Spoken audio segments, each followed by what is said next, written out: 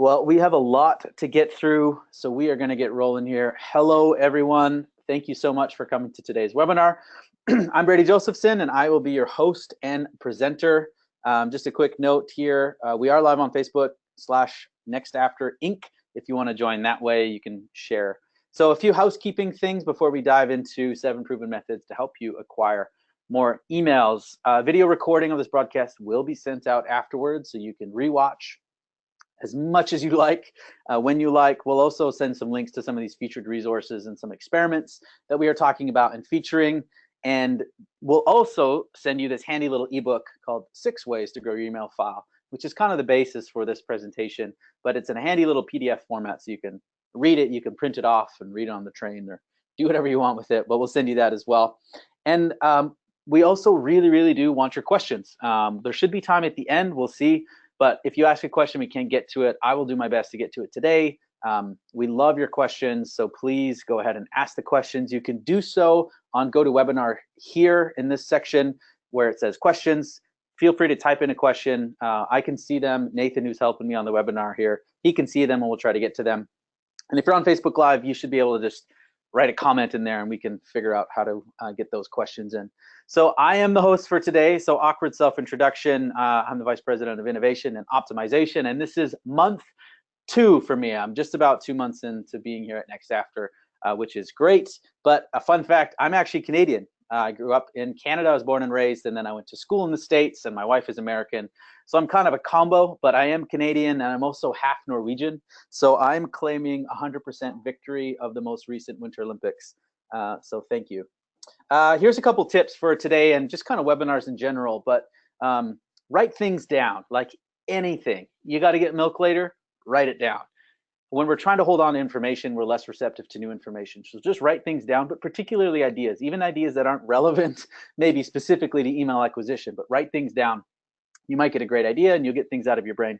And then my goal is to help you walk away with 3 tangible things, which maybe doesn't sound like a lot in an hour-long webinar, but if you can walk out with 3 things that you can do this week or discuss with someone next week, run an experiment this month, those are kind of a few buckets of maybe some actionable items that you can get out of today.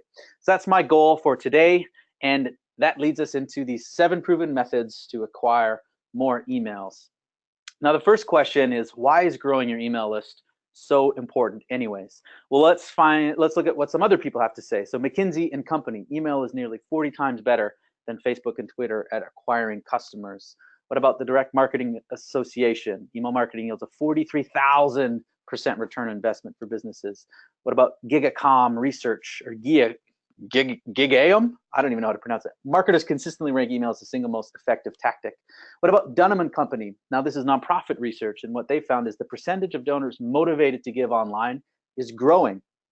It's up 40% according to them from 2015, which is interesting. We might have this idea that, oh, email's dead and it's dying, but it's actually just growing and rising in prominence. So that's what some other people have to say, but here's what we learned by examining a few of our own clients. This client here is an association client, and on this graph we're charting traffic and revenue. So you'll see this really high bar email. You'll see that it's super high in revenue and it's about middle of the road in terms of traffic, but high revenue in terms of an online fundraising source. We'll look at this organization. This is a faith-based organization. Traffic's actually a little low, but revenue, super high again. What about this organization? Education organization. Traffic, super high. Revenue, super high. And another organization here, an advocacy organization, traffic, super high, email, super high. So pretty much across the board, and we see this pattern all the time with our clients, and I've seen this pattern in all of my work before coming here, is that email is incredibly valuable, and the size and quality of your email list is the most important factor that will influence your ability to raise money online today. And it's not just about money online. So we start all of our clients on this roadmap process, and we look at all their data online and offline. And this is what we found when we looked at that in terms of revenue per donor by cohort. So we've got online only, offline who also have a valid email or receive emails, and multi-channel. And the main takeaway here is that just by adding email communication, offline donors gave 90% more, because they're getting more communication, they're feeling more connected. So just by adding email, you're not only growing your online revenue, but you're helping grow your offline revenue, even if they never make an online donation. All right, so it's incredibly valuable. It also helps with retention. Donors who just received email were more likely to retain 29% more. It's money today, it's money online, it's money offline, it's money tomorrow. Email is incredibly, incredibly valuable when it comes to your fundraising. But now, why is getting emails so hard? Well, people come online primarily to get, not necessarily to give. So you or we as marketers and fundraisers, we need to give them something of value before we can actually expect. So you need to give them something before you can get. Here's what I mean. Here's the test that Hillsdale College ran. In version A here, they went from a Facebook ad to direct donor acquisition. So they made their case. Please make a donation. Boom, to donation page. This is how we normally go about like direct donor acquisition, right? Here's an offer, here's a landing page, please donate. Well, they tested that against, well, what if we added in one extra step of trying to collect an email first? So instead of going with the donation ask, they provided this course. And they said, well, what if we offer this great free course, then do a landing page, people sign up, and now after that, now they have the opportunity to also make a donation. Version A, version B, in this case, version B, the one with 3 steps, that was email acquisition first, was infinity times increase in donations. That's because in version A, no donations. In version B, there were some donations. But by adding in a step, which maybe doesn't seem like it would make sense, we're actually building value along the way, and we're earning trust. You earn trust by offering value and fulfilling value, right? So when we talk about fundraising, maybe you've seen this before on our site or if you've come to our webinars, but we don't talk about a donor funnel, we talk about a donor mountain. And in order to pull people up to the top of this mountain, there's a sequence of minor or micro yeses along the way. So we go from maybe like an ad to a landing page to an email, from an email to a landing page to a donation. And all along this journey, we as fundraisers are helping pull donors up this mountain. And it's all about this value relation. If the value is tilted, if there's too much cost associated, then they might drop out of this donor mountain at some level. So our goal is to communicate more value so that it's in our favor so we can get them up this donor mountain. So just a little bit more of a framework so that the tests and experiments will make a little bit more sense if you're unfamiliar with some of this, is that the value needs to be greater than the cost associated with them giving up their contact information. So here's a more nerdy or complex way to think about the value equation. This comes from Mech Labs. But simply put, on this side of the equation, someone's motivation or understanding of the value, plus these little incentives, are value creation factors. And then on this side, the friction, how long the form fields are, do they understand it? Is there anxiety? What are you going to do with my information? These are cost factors. So we're just trying to highlight the left, the ones in green, minimize the ones in red. That tilts in our favor and means people will continue up the mountain. Specifically, when it comes to email acquisition, the folks at Mech Labs came up with this little tool. It's one that we use as well to evaluate how effective email offers are, and it's something that you can use on your own. Is that do people desire it? Do they want it? And you can score it from 0 to 2. And then is it exclusive? Can they get it anywhere else? Score that 0 to 2. You times the two together, and if the score is under 0, it's probably a low value offer, and so you should rewrite it. So I'll give you a couple examples here. Before that, so what are we normally offering as a nonprofit or as a charity? An email newsletter. Wow, where do I sign up? Right? That's typically what our offer is. For example, look at this one. If you can even find where you can sign up in this page, I'll highlight it for you, and then I'll actually zoom in here a little bit. Subscribe. We offer 2 newsletters, not just 1, but 2. That doesn't seem very desirable. It also doesn't feel very exclusive. And it's not even an action-oriented language. It's not like you can get 2 newsletters. It's we offer 2 newsletters. So how would you score that on desire? Probably a 0. And what about exclusivity, a newsletter? You can get that anywhere else. So also probably a 0. Well, it's no wonder that no one's signing up for this email list. Even if they can find it, it's not desirable and it's not exclusive.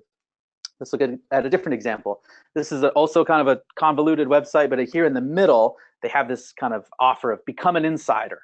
And if you click that, then you go to an actual landing page where they talk more about become a cross-examined insider. Here's some of the stuff that you'll get. They got these check boxes of value. Now, how would you score this one in terms of desire and exclusivity? Probably higher on desire, maybe a 2, maybe a 1. You know, it's kind of subjective. And what about exclusivity? They were offering some pretty specific resources tied to them. Probably a 1, something like that. So that's a higher performing offer and should receive more people who want to receive those emails. So how are we doing overall? So a few years ago, we did this online fundraising scorecard, and we're in the process right now of doing a Canadian version of it. And the first step was signing up for email for 151 organizations in the US and 152 organizations in Canada, excuse me, just because we wanted to one-up the US. So on how easy it is to find in the US version, 76%. It takes less than 10 seconds to find the email signup. In Canada, it's about 83. So it's fairly easy to find the email signups. That's good. And what about how many steps? Does it take you less than 2 clicks from the homepage? USA, 64%, less than 2 clicks. Canada, 75%. So also, that's pretty good. Some room for improvement, maybe. And Canada's a little bit ahead there. But what about when we get into the desire and exclusivity? How much would someone want it? In the USA, we found that 66% of organizations had low to no interest, so a 0 or a 1 on that scale. And in Canada, 94%. Now, maybe I'm just a really harsh judge, but there was very, very little value being offered. And what about exclusivity? I can get a crappy newsletter anywhere else. 84% in the US study offered nothing exclusive. In Canada, it's more like 92%. So overall, when we look at this value equation in terms of how are we doing, when it comes to reducing friction, we're doing okay. There's room for improvement, but when it comes to communicating value, we are doing pretty poor. All right, so now into these 7 proven methods. The first one is copy. Let's take a look at how writing effective email acquisition copy is important. When it comes to creating email acquisition offers, copy is hugely important in terms of communicating. And the value proposition, as we were just kind of going over, is the first and foremost factor in terms of why someone would want to sign up. So copy is really important, yet what I found in the Canadian scorecard, less than a third of organizations use more than a sentence. So tip number 1 maybe is look at your email sign-up form, and are you using copy at all to communicate value? If not, you probably should be. It's how we can best communicate value. So here's an experiment. Now we're going to dive into more experiments. This one's the Alliance for Defending Freedom. They tested email acquisition on their homepage. It gets about 12,000 visitors with about a little less than 1% giving their email. Here's the email sign up. Just kind of blew it up for you, but stay informed. That was the control. That's what they were doing. They said, well, what if we added a call to action to this headline? What if we included a little bit more value proposition? And what if the button itself even communicated value? So it looked more like this: be the first to know when you sign up. Here's what you get. Here's opportunities. And the button says, sign me up, right? So we're communicating value in our copy. 44% increase in emails acquired. Every interaction that we have this opportunity to communicate the value of what we're offering, our cause, our mission, our newsletter, or not. And copy is a great way to do that. Here's another example. This is Alliance Defending Freedom. This is a brand new experiment. I think it just got published today. Here's the 2 offers. One is stay informed. This is kind of their standard. And on the treatment side, it was we will stand against government efforts to take away our freedom of speech. So whether or not you believe in that, that's their target demographic and their ideal donor. And it's a belief statement. And in that case, the belief statement, which taps into values, and I want to fight for something, 80% more emails acquired. This was actually our 1,000th experiment. Woo! All right, we got 1,000 experiments. They're all active, and you can find them all in our research library. But that was a big milestone for us, so we celebrated with confetti on a PowerPoint. Okay, but sometimes you need to eliminate copy. In this example, the one with shorter copy here, increased emails 26.2%. If someone's already highly motivated or the incentive is already there in terms of this offer, then sometimes copy is unnecessary. Our copy should be as long as we need it to be and no longer. How you know what length of copy you should have, the only way to really get there is by running some of these experiments and figuring out how much copy is too much copy in relation to the offer.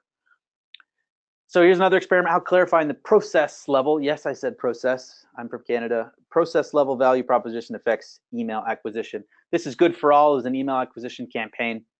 The call to action focuses on what I need to do as opposed to what I can get. So I'll blow it up there. Download the free book and find out now. Whereas in the treatment, we try to address the reader as a fellow world changer, kind of developing the sense of empathy and personalization. And then the call to action is what I can get and when I can get it. Get the free book right now, right? So even telling them when they can get it, that helps reduce some anxiety, because if they sign up, when is it gonna, are you gonna mail it to me? Hopefully not, because it's a free ebook. When am I gonna get it? A week from now, a day from now? Saying right now helps lower anxiety. In this case, the treatment here increased email conversion rate 133.7%. By creating that empathy and being more specific with what they get now and when, we were able to increase the value communicated through copy. What about this? The only difference here is on this one we said, where can we send your guide? That's it. 100% increase in email signups just by re-emphasizing what they're getting, but then also helping lower again that anxiety about what they're going to get. 100% increase in email signups. One line of copy. So copy is incredibly important and needs to communicate that value. Here's some elements that you can test and should be testing with your copy. You can add copy, you can subtract copy. What are different value propositions? Should you have a different headline? What's your body or calls to action? These are different elements that you can test with your copy. All right, on to number 2, designing effective email acquisition pages. The design of your email sign-up page is just one goal. Yes, sign up, but it's to facilitate this conversation between you and your visitor. So how do we actually go about doing that? Well, here's one experiment, number 2684, where this is from Hillsdale. So we looked at their headline here. It has Know the Constitution like never before, and it's in an image. Uses traditional page header. That's the name of the page. In the treatment here, what we did is we, treatment 1, we gave it a different headline and we removed the image altogether. And then in another treatment, we just removed the header. We kept the text the exact same, we just removed the image. So we have control, treatment 1, which was different, no image, and treatment 2, no image, but same headline. Treatment 1 increased 6.6%, treatment 2 increased 9.2%. In both of these cases, by removing an image, we helped better amplify the value proposition, and it helped people sign up for emails at a 6 and 9% rate. So how do we get more names? Here's another one from Texas State Historical Association. On the left, we have this kind of longer form page, and on the right, we have this nicely designed page with a banner and a form. Which one do you think here would win, version A or version B? Version B actually decreased emails by 19%. Even though that looks a lot like a template you could buy online or that you'd find in Modern Design, it decreased emails in this scenario. And just to be sure that the impact that visual design can have on email acquisition in particular, we ran this test here with Hillsdale. Version A is on the left, version B is more designed. It looks nice and pretty, images decrease in 31.2%. When it comes to email design, or it comes to landing page design, period, if it's too beautiful, it can actually be a distraction. And it's also, if it's too ugly, it's a disgrace. So you have to find this right balance between using design, and design should really, again, accent the value proposition. It shouldn't be there just for fluff. And that's what we're finding in our research, especially on conversion pages. So now how can you use design? Well, it's important when you can increase the congruence between where people are coming from on the landing page. So here's an example from the Strategica newsletter. This is from the Hoover Institution. So they have their normal 2-column layout. They've got their branded header and clear calls to action. But the problem is, this is where they're coming from. They're being driven there from this Facebook ad. And now if you look at that ad and then you look at the landing page, there's not a lot of congruence, right? So people might come from the ad, go to the page, and start thinking, am I in the right place? Is this what I was going to get? This doesn't really make sense to me. So in the treatment, we made the images similar. We matched the background image. We kind of removed some brand language because these are new people that are unfamiliar with the branding language throughout the site. And we highlighted their credibility instead of showing these kind of unknown contributors, right? The other page is more for insiders, but this is for new people. And in this case, this landing page increased conversion rate 39%, but it also, and this is important, decreased the cost of subscriber acquisition 86%. So that's also important, right? So we're not wasting money on advertising by pointing them to a landing page that isn't resonating. It's not congruent. So that's one way that you can actually use design well to reinforce the ad or where they're coming from. So when it comes to landing page design, if you don't know what to test or where to start, we've got you covered. We took a look at well over 80 experiments from email landing page design, and we actually came up with this handy little template. Maybe you've seen it, maybe you haven't, but we identified these 13 different elements of a nonprofit email acquisition landing page that you can test. And if you have nowhere to start, here's kind of a template of sorts or a guide for how you can create your own page. And here's how one client, one customer, one nonprofit actually applied those principles to their own page. Let's walk through this. So here's the client is Harvest Ministries. They had this, this is their control page. It's pretty good. It's performing pretty well. It's got the branded header, one column, clear calls to action, performing well. But remember, adequacy is the enemy of excellence. Just because something is performing well doesn't mean that it can't be improved. So they said, well, what if we applied some of these things that Next After has done research in these 13 elements? So what if we removed the header image, added some supporting copy, and added some testimonials? Let's put these two side by side and actually take a look. So they removed the header image there on the left to the right, so it's text only, right? We saw that in that Hillsdale example. What if they added some relevant supporting image? So this is the person who's involved in the course, so it makes sense to have that image there. It's building the case.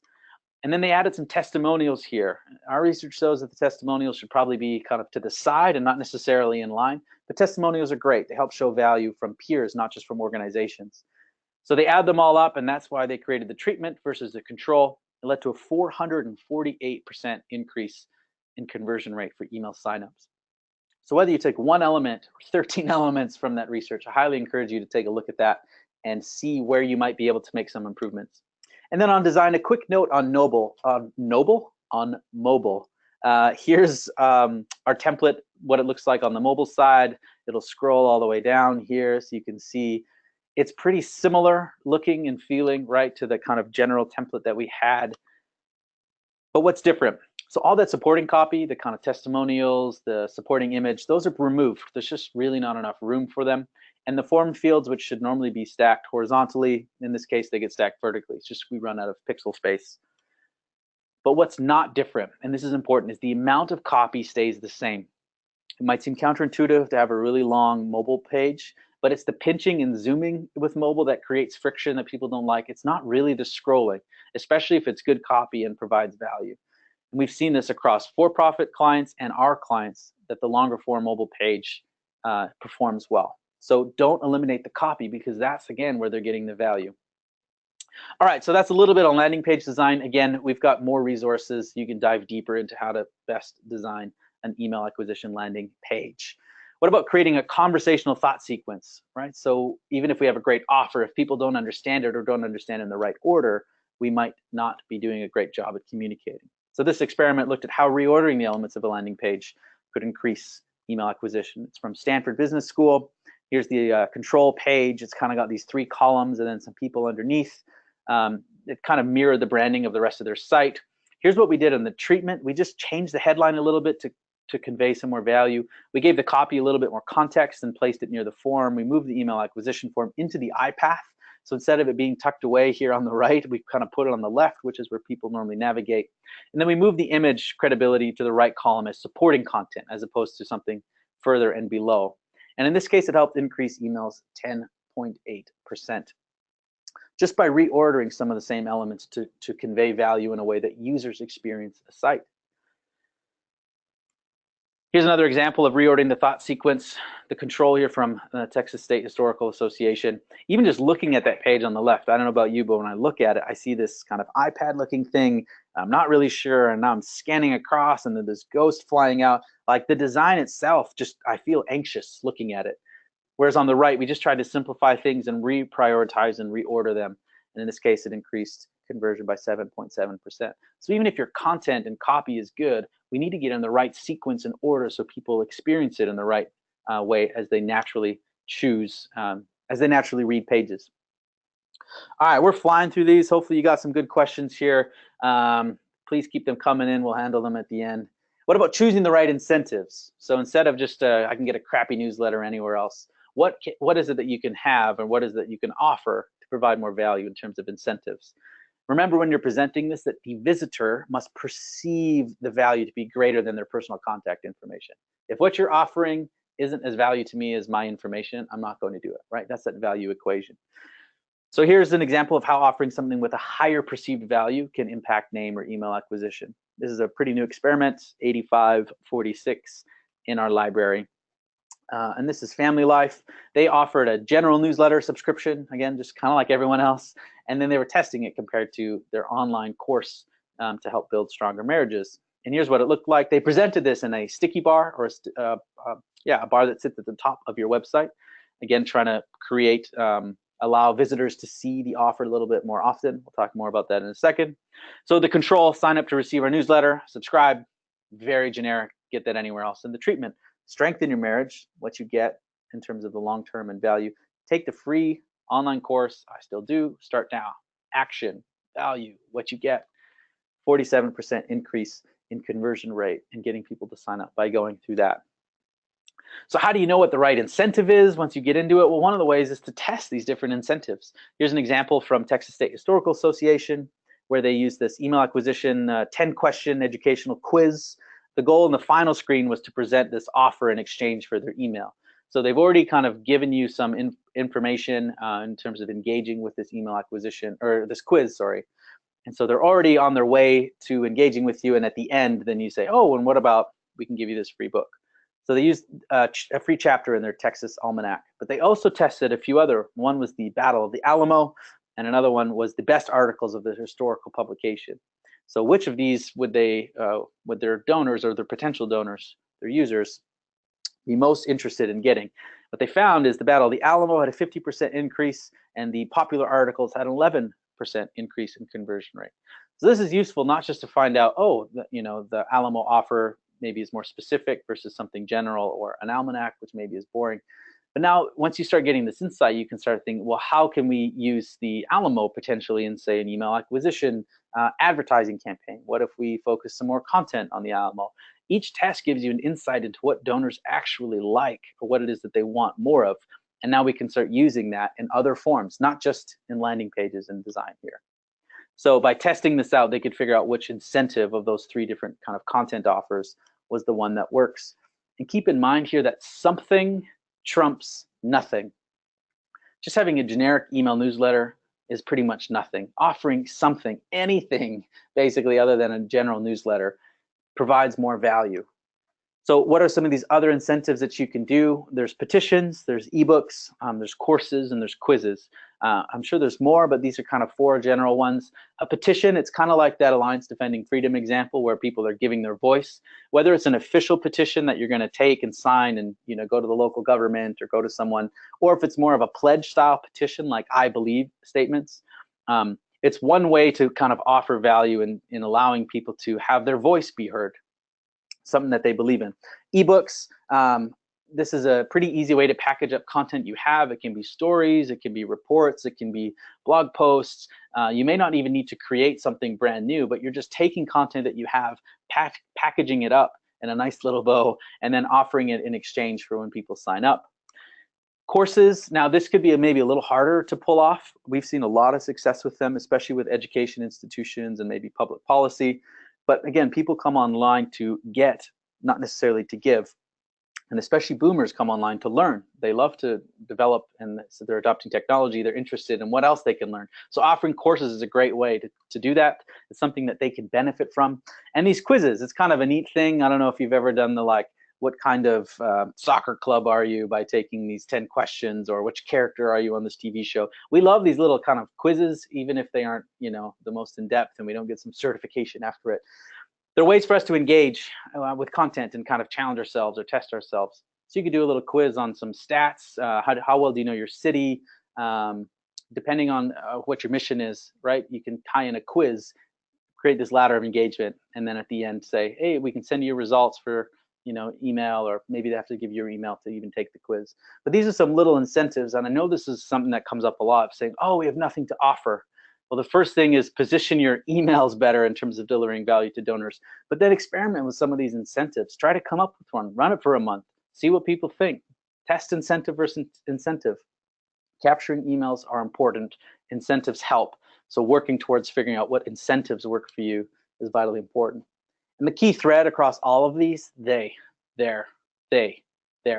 These incentives have to provide value for them. If it's give us your email because we want to send you money so that you can donate to us, that's a poor value proposition, right? They, there.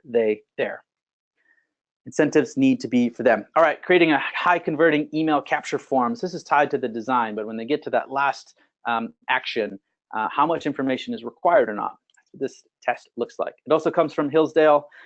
You'll see that on the control. They have those form fields for you to fill out. It historically required both email and home address so that they could send online and through the mail. In the treatment, we said, what if we just removed the address information and removed the kind of imprimis image as well, because it wasn't really adding value. In this case, control versus treatment, the one without the address, 136% increase in conversion rate. Again, think of that value equation, right? Motivation and clarity, incentive, friction, anxiety. The more information that you ask, typically it's more friction, but it also leads to more anxiety. Are they going to mail me stuff? Am I going to like this stuff? Are they going to call me if you ask for phone? So be careful on how much information you require. Generally, fewer information leads to more conversion. Here's another example. We just removed the phone number. That's the only change here, 41.3% in conversion rate. This one, they decided to remove the first name and the last name, but kept the zip and postal, 48.3% increase in conversion rate in this scenario. That's good, right? But wait. Once we start getting into actually sending and delivering emails, which is what the course will focus on, we'll have more content focused on email delivery coming up. How important is it to begin personally? That's what this test, 5707, this experiment, sorry, 5707 looked at. No first name versus with first name. Just by calling someone by their first name, increased clicks 270%. So while it might be worth it to acquire more emails in the short term, long term, if it's less personal, less engaging, and we can't deliver as much value to donors by just calling them by their name, is it really worth it in the long run? So it might be okay to add more friction now, as long as it means you can provide more personalization and value later. That's where asking for phone number, it definitely adds friction and anxiety, but maybe it's worth it if you're going to call the donor and say thanks, if you have a conversion strategy maybe on into monthly giving, if there's reasons why you need the phone number, and primarily that it will help you add value to the donor, then great. But unless you have a purpose for it and you know how to use it and it's going to help the donor, then don't ask for it. It's the general kind of rule of thumb. All right, now we're into number 6 already, choosing the right place for your offer. And specifically, we're talking about things like pop-ups and sliders, and how can people even find your offer? Is it buried in the footer of your newsletter?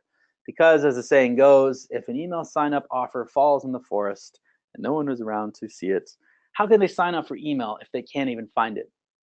And I can tell you, after having signed up for 152 emails here in Canada, it does take a little bit of digging, and almost all of them are at the bottom of a page and tucked into the footer, or maybe they're at the top of the page with a little hyperlink, but they're not very easily found just in general page navigation, let alone any sort of kind of inline offer or something that's kind of interruptive. But again, this is more revenue today online. It's more revenue tomorrow online. It's more revenue today offline. It's more revenue tomorrow offline. These are hugely important. So why are we tucking these little offers into these obscure parts of our website? If we have something of value to offer to them and it's valuable to us, we need to put it more front and center in our design, but also through things like pop-ups, slide outs, takeovers. You may hate them, but they work. I was just talking here in the office yesterday with Nathan, because we kind of hate looking at our pop-ups all the time, right? It's like, oh, it's so annoying. I keep seeing my own pop-up. But your donor or your visitor doesn't see your pop-up every single day or 8 times a day. That annoys you. You know, if you've got good rules in terms of when they see it, they probably only see it once a week, once a month. Hopefully you're changing up the offer so you're keeping it fresh. It's only annoying if you aren't offering any value. If it's give us your email, give us your email, give us your email, give us your email, give us your email, that is super annoying. But if it's saying, hey, here's a free course for you to take, hey, here's a book, hey, we saw you did this last time, here's something of value for you to do. Oh, and in exchange, just give us your email and we'll send it to you. That's not annoying people if you're offering value. All right, little rant speech over. Here's in the experiment 2292, how an alternate offer given at the right time increased emails acquired. This is the Texas State Historical Association. Do you remember this layout again from the beautiful design versus the less beautiful design?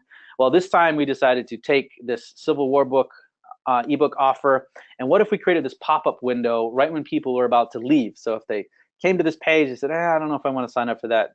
They go to exit the page, then this would pop up.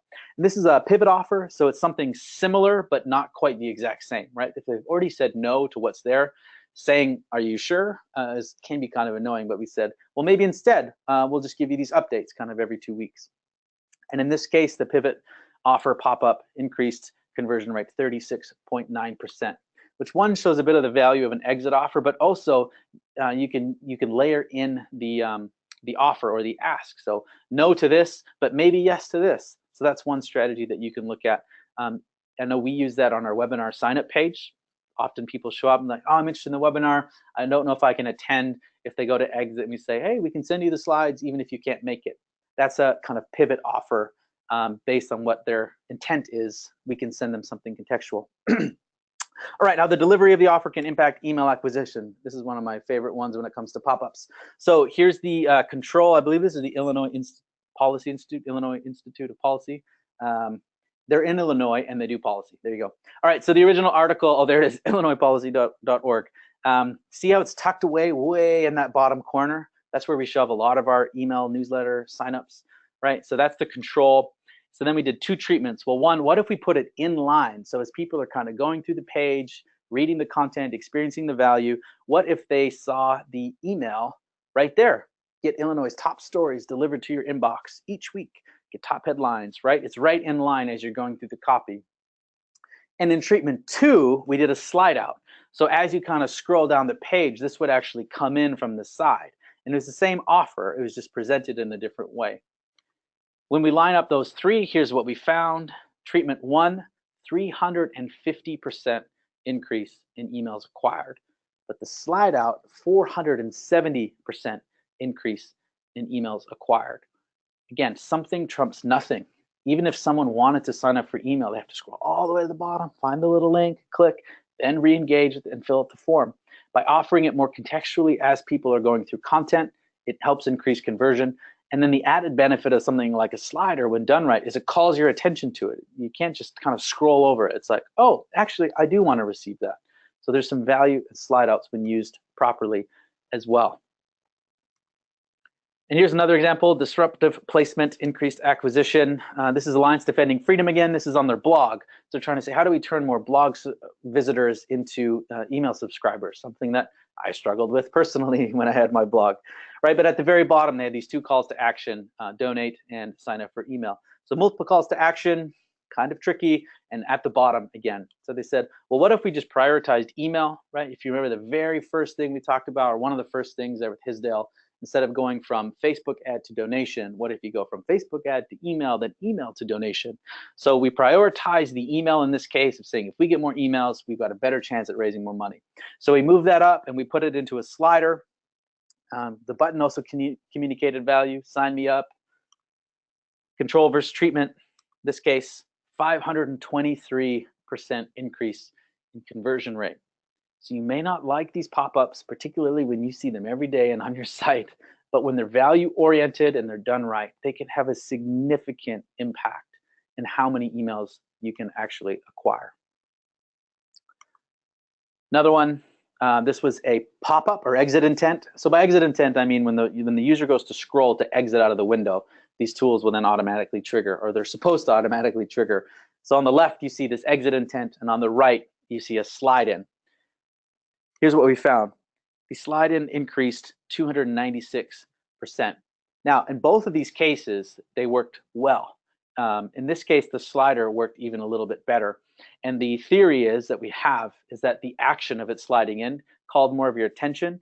And because it was a little bit more passive, people were willing to engage with the copy. And potentially the big image had a role here as well. So there's multiple variables, but in this particular case, the slide out did better than the exit intent.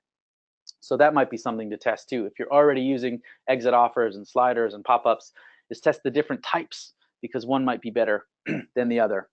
This brings us to incredibly boring number 7, collect emails offline. I've spent a lot of time working with small and medium-sized nonprofits, and the number of emails that just get lost or leaked out of sheer lack of process is astounding. Again, emails are like gold to fundraisers, whether it's online or offline. This one organization had about 4,000 emails. They had 1,500 just sitting there in a pile somewhere, not literally in a pile, they're emails, but they couldn't get them into their database and into their email program. So not only were they not able to maximize revenue by using these emails, they weren't even able to communicate back to these people frequently. Here's what your donation's doing. Here's what's going on in the world. Thank you so much. Because they lack the infrastructure and system to get offline emails that have been captured online to use. So just a few ways of how you can get some of these emails from kind of offline sources. One is you can target people on Facebook that you know are on your, say, your direct mail file or something like that, but you don't have their email. So you can actually pay to advertise and do the Facebook ad to email acquisition landing page. And it might not make sense to show advertisement to people that are already kind of getting your direct mail. But remember this chart again, people who receive emails, even if they never give online, give 90% more. That's from our data. So verify it for yourself, but that concept of getting more emails to help grow revenue is a solid one. So it's worth it to maybe go through and pay for some ads to get emails, even for people that you already have on your list, just to pen the file. Some more like simple ones, like include an email option on direct mail response device, right? Collect it when people when they register for events, whether they go on runs or walks, they go to your gala. These are all places where emails can and should be collected, and then you just need to find a way to get them into your tool. And that's the other thing. If the value of emails can be communicated and shared amongst the people on your team, if you're not responsible for getting the data or information into, say, the email tool, maybe come back to them with some of these stats and say, do you know how valuable email is? Do you think we could get these emails into our system just like a week quicker? Because it's really important, not just for you, again, in fundraising, but for your donors who want to receive updates on what their donation is doing and making a difference in the world.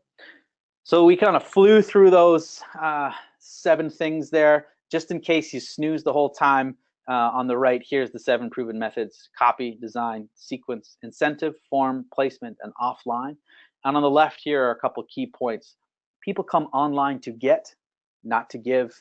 We need to offer them value to earn their trust and then work towards a donation. Emails are valuable online and offline. It's only through experimentation that we'll find the right amount of copy, what the right offer is, what the right incentive is. Is it a pop-up or a slider? So experimentation here is really, really important. And we need to optimize how people think, right? That's that thought sequence ordering. Not just is it a blue button or a red button, but can we present things in the way that we humans are more apt to think? Like I mentioned, coming soon, we're going to have an email fundraising course, which will be great. If you've taken our Facebook course, it's also great, but this one will focus on emails, and there will be a section on kind of asking or getting emails. Both these courses are free, so that will be great. And I did mention this in some promo emails that we'd share a few of our own. I have a couple to show you here because I think we have time, so we'll do that. So here's a test that we're actually running right now on an exit intent. So on the left here, we have stay informed. That's kind of our standard email sign up right now. And on the right, we just changed the headline to say, before you go, trying to be kind of contextual, and maybe that would help us stand out if someone was about to leave our site. In this case, the treatment decreased 73.8% conversion rate. Now, it wasn't statistically significant. We're looking at a pretty small sample size because we're being pretty non-aggressive with how often we show it to people. So it wasn't shown that much, but it's definitely trending in the direction that our general control is better than this before you go. My theory is that the before you go is both a little creepy because it feels like we're like creeping on people, and I guess we kind of are, but also it might be triggering too soon, and people are thinking, I'm not about to leave. Why are you telling me I'm about to leave? So we'll probably change that one up. And then here was another one. We were trying to figure out, instead of just trying to acquire emails and send out guides like this 13 proven ways for the email acquisition, what if we used our sliders to actually get more people to attend this webinar? So we tested basically offers. Get an ebook or a guide or a template, or sign up for a webinar. In this case, the treatment was down just about 60% in conversion rate. It also wasn't statistically significant. We're dealing with fairly small sample size here as well. We struggle with that, just like many of you do when you run tests. But I think the key thing here is it's pretty easy to give an email and get an ebook mailed to you. Where it feels like there's more commitment, there's more anxiety, there's more friction to actually sign up for a webinar, right? Even if you don't have to attend and get the slides later, the commitment level feels like it's a bit more. So that's an operational theory there. And one thing we're just starting to test, I was hoping to have some results for you today, but we're just having a little delay rolling it out, is we're experimenting with this little guy named Winston. He's a little bot that we're going to put on our site here. And so you may see this in the coming days, weeks, especially in March. We're going to be looking at this, saying, can we use something like a bot, or I'll be on live chat, to have a more conversational based sequence to get people to the content that they want, or to engage with us in a conversation about NEO or sales or something like that. So this is a little sneak peek. We'll say, hey, what do you want? what do you want to, well, how can we help you today? You want to learn more about Next After, get resources? They go, we'll get resources. Sounds great. What are you most looking in? Donations, online advertising, emails, email fundraising. Say donation landing pages. Hey, awesome. Here you go. Here's a free resource. And hopefully that can help point people to content that they find valuable in an easier way. It takes a little pressure off navigation. But then if someone's like, oh, I have a question, then we can engage. And we'll see if this more conversational approach through a chatbot or chat will work, or maybe it won't. Maybe it'll be super annoying and no one will ever do it. We don't know. But it's a test that we're going to run here through March. So that's a little bit on our side. Now I think we have some questions here. I'm going to pull, oh, not that. I'm going to pull this out and see what questions we have for the remainder of our time. Let me just say again, thank you so much for coming. We will send out the slides, links and resources, ebook guide. We'll give you a bunch of stuff after this. So if you need to go, great. Thank you so much for coming. If you're still here, awesome. Please stick around and ask questions, and we will do as much as we can in terms of answering these questions. Let me just start digging through, and then if Nathan can help me out with some of these too.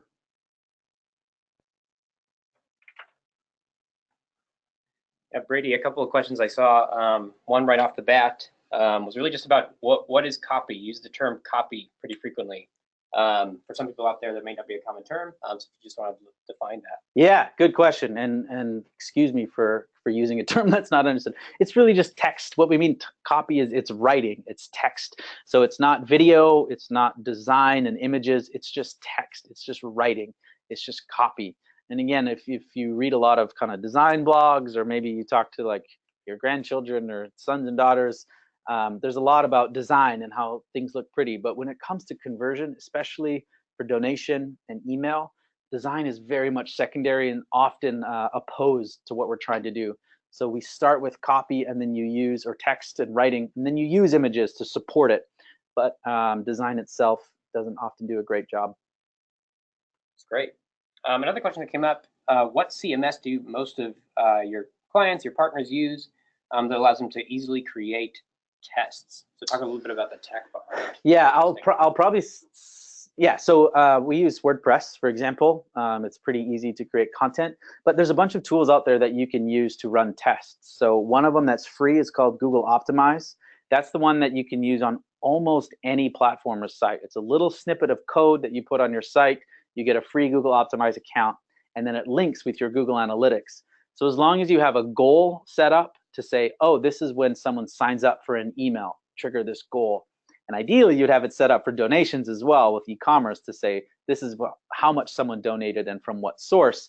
If that information is in your Google Analytics, it's dead easy to run an experiment in Google Optimize. You don't need to know code. You can just kind of manually change headlines. You can even move some elements around.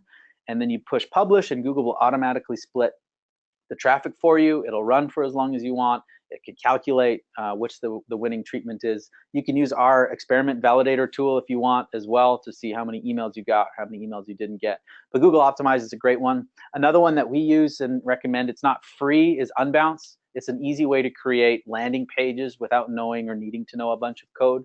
So a lot of our stuff is actually on Unbounce and allows you to A/B test. And you can change copy, you can change images, and it'll capture the conversion data. And then again, you just validate it with something else. So the CMS is not quite as important as some of these other tools like Unbounce or maybe Google Optimize. That's great. This is an interesting question. I'm not actually sure if we have any benchmarks like right off the bat for this, but what's a reasonable conversion rate for a successful offer campaign? I would guess it's going to change probably based on if it's a newsletter offer or a direct landing page. For yeah, so there's huge variance, right? So in that strategic example, when we focused on congruence, when they were using targeted Facebook ads to point to a targeted landing page, that should have a much higher conversion rate than, say, your general offer somewhere on your website, which is just trying to catch general traffic. I know for me and my own blog, and we've seen this for a few clients, you should be able to get general traffic to an email sign up with some decent navigation and maybe a pop-up at around 1%. Now, huge caveat, right, if that's not fully tested and all that kind of stuff. But roughly speaking, you could turn 1, give or take, % of general people into an email sign up without, pointing to a specific page. And that's where I think if you point, you move the call to action more upfront, you make it more standalone, and then you point to a page that communicates more value, that number should go up. So that's like a loose kind of benchmark. It's pretty rough, but there'd be a lot of variability in there in terms of how you go about it.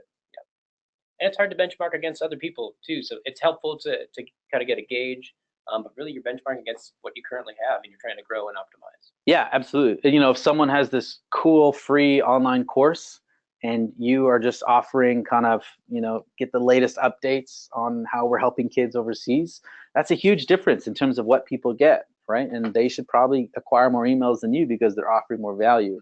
So it is really tough to benchmark that.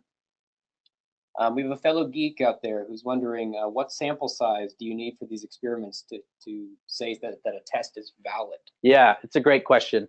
So that also depends. There are some free tools that allow you to calculate the statistical sample size that you need for validity. I know Visual Optimizer has a tool. Kissmetrics has a tool. We also have a tool. You should be able to just also Google like statistical significance or sample size. And it'll tell you how much you need. But the other thing that is important to say here, especially our tool is a experiment validator tool, and it'll tell you. So you can get a huge difference in results even on a small sample size, and it can be statistically significant.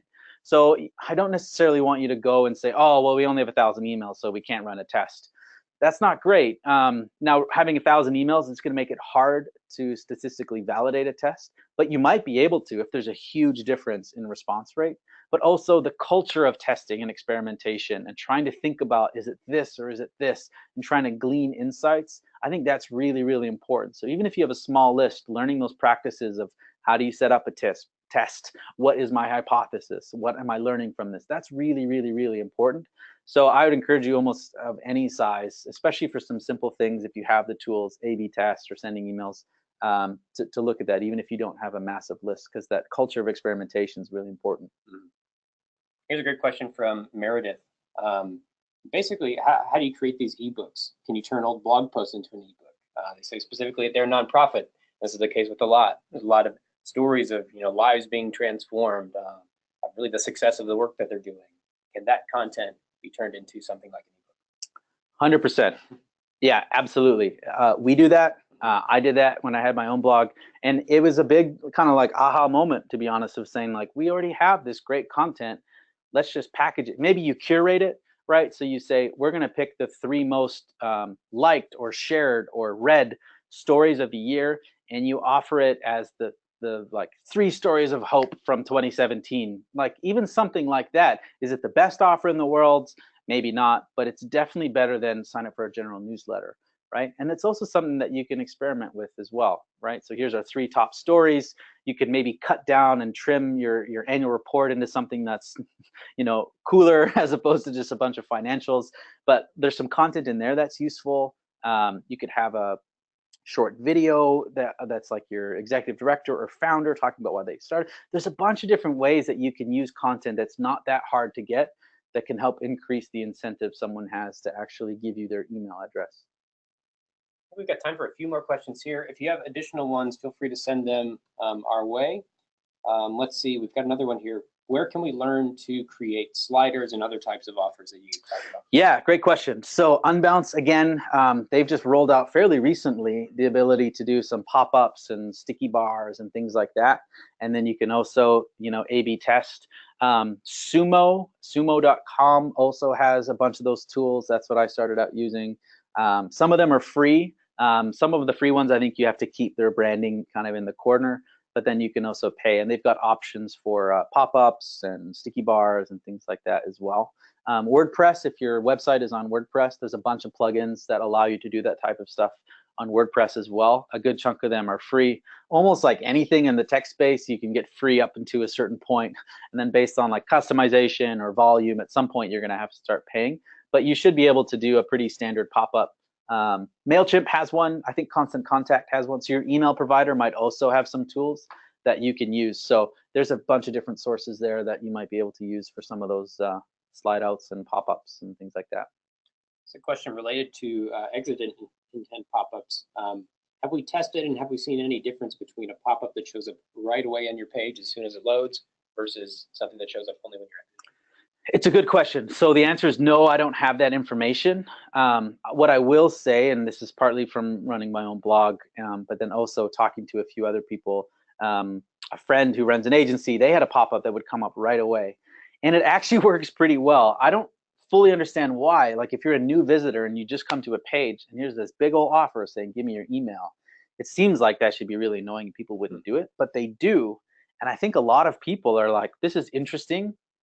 I'd like to learn more, Yeah. right? So I think more people are interested in learning more or giving emails than we think. So I don't know if I'd suggest that strategy. Maybe if you had a really great offer, it's a type of season, or you have this new report, or you're launching a new class. Maybe you just want to hit people front and center, like, hey, just so you know, we got this free class, or time's running out, or something like that. You could use it. I'd use it sparingly because it could, it's the first thing people see, and it could affect your bounce rate and things like that. But I don't have any stats or information to say. I just know it does kind of work, even though in theory I don't think it should work as well as it does. But you can test it.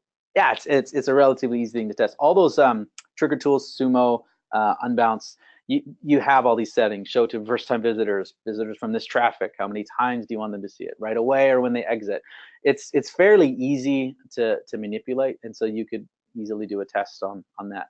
See it first time or see it third time, and it's a labyrinth once you really get into it if you want to go down that. Yep. Last question here. How do we set up a database for our emails? Ooh, that's a good question. Yeah, you should be doing that. Generally, my recommendation is start with MailChimp. If you have nothing, it's a free tool up until about 2,000 subscribers. And out of the box, it has some pretty good stuff. It plays nicely with a lot of databases and CRMs. So you can, or at the very least, you can export an Excel spreadsheet and import it in MailChimp so that you can start getting emails that way. A lot of CRMs do provide email software in terms of some forms. They're getting better at providing forms, and they're getting better at providing emails. Sometimes they're not the best, because they're focused on data collection as opposed to user experience. So it really depends on what your CRM is and what your content management system or CMS is. But generally speaking, MailChimp's a pretty good way to start, and it integrates with a lot of tools and forms like Unbounce and things like that. But I would highly recommend, whatever the solution is, even if it's imperfect, starting to figure out how do we get emails, how do we send emails. It's really important. It's only becoming more important for organizations moving forward. That's all we got. Awesome. Well, thank you so much. Thank you for attending. Thank you for your questions. We will get these slides and resources and links out to you as soon as we can. If you do have any more questions, my email is Brady, B-R-A-D-Y, @nextafter.com. You can email me, and I will do my best to respond. So I think that's it for us. Thank you, Facebook Livers, and we'll see y'all later.